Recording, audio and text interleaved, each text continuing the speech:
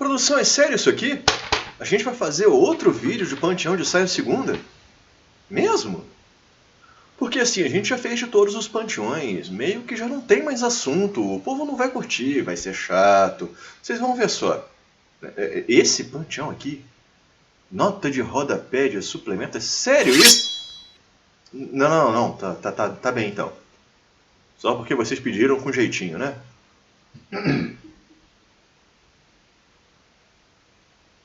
Os romanos não suportam fome, sede, frio, nem calor como nós.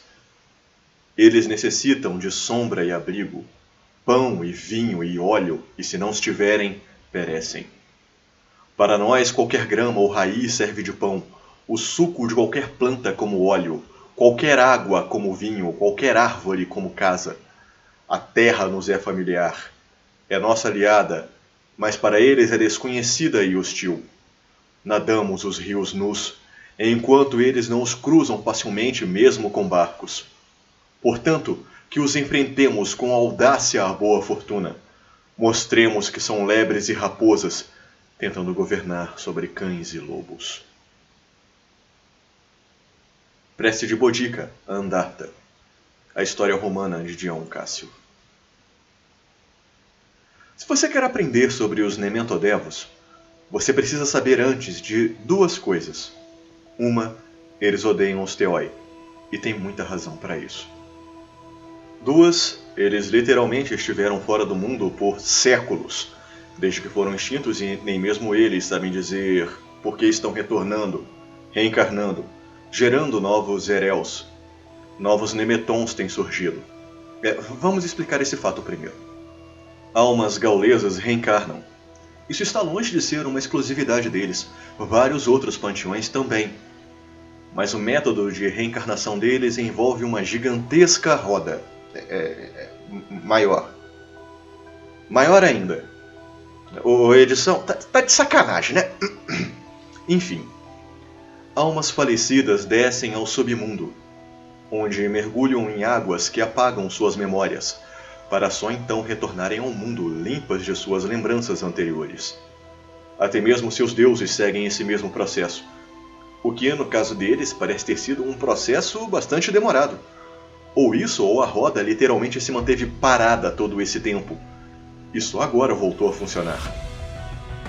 Sobre o rancor com os Theoi, bem, precisamos antes entender que para a deificação definitiva de um Erel, ou seja, quando ele ascende de vez ao nível Deus, a também chamada apoteose, ele também deve abdicar de tudo o que é humano para ele. Isso inclui a própria vida, mas também exige um sacrifício proporcional. No caso de Júlio César, para quem não sabe, Erel de Vênus, ele literalmente sacrificou o panteão celta inteiro para sua apoteose. As circunstâncias para isso eram favoráveis, ele tinha as ferramentas necessárias para isso em mãos, então por que não fazê-lo, não é mesmo? Feliz ou infelizmente para ele, César acabou sendo morto pelo próprio Senado, selando de vez sua apoteose.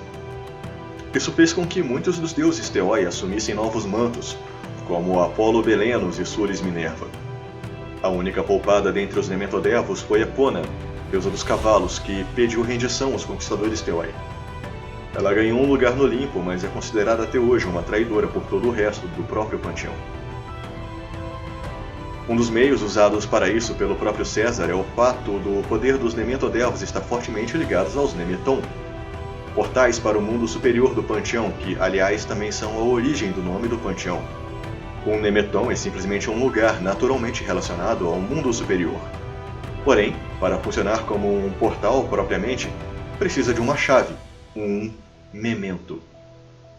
O memento é algo que o próprio local produza, como um galho ou uma jarra de mel, ou um frasco de água que jorre dali.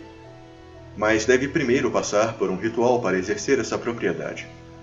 No mínimo, um Nemeton pode servir como um oratório pessoal para o Erel dos Nementodevos.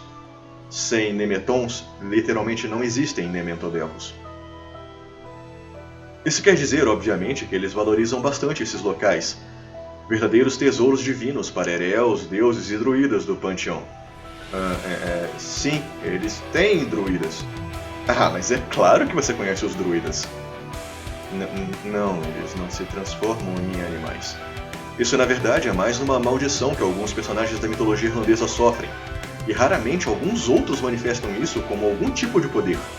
Druidas estão mais para sábios, estudiosos e videntes. Eles eram o clero do panteão, estudiosos da natureza, plantas e animais, mestres na cura e na magia. Mas então, bem, você sabe, né, os Theoi aconteceram. Esse é um caminho de personagem disponível também para os Ereos dos Tuatha, diga-se de passagem.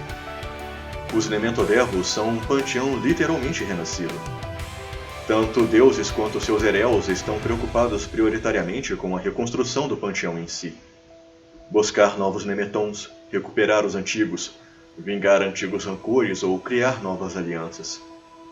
Eles são um panteão que está longe de esquecer o seu passado, mas talvez de todos os conhecidos atualmente, o mais pronto para escrever com as próprias mãos o próprio futuro.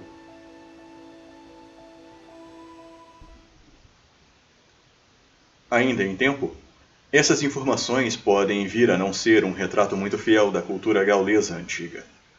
Isso é deliberado pela editora. O conceito dos Nementodevos como um panteão ainda em estágio de reconstrução, e os próprios nomes dos deuses são divagações feitas por parte dos autores.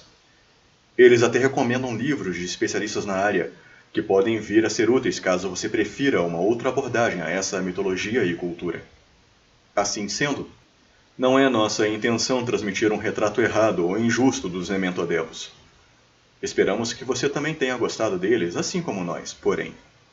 Se for este o caso, deixe o seu curtir e se inscreva no canal. Pode ser que isso nos sirva de incentivo para falarmos de outros panteões que, assim como esse, andaram meio esquecidos.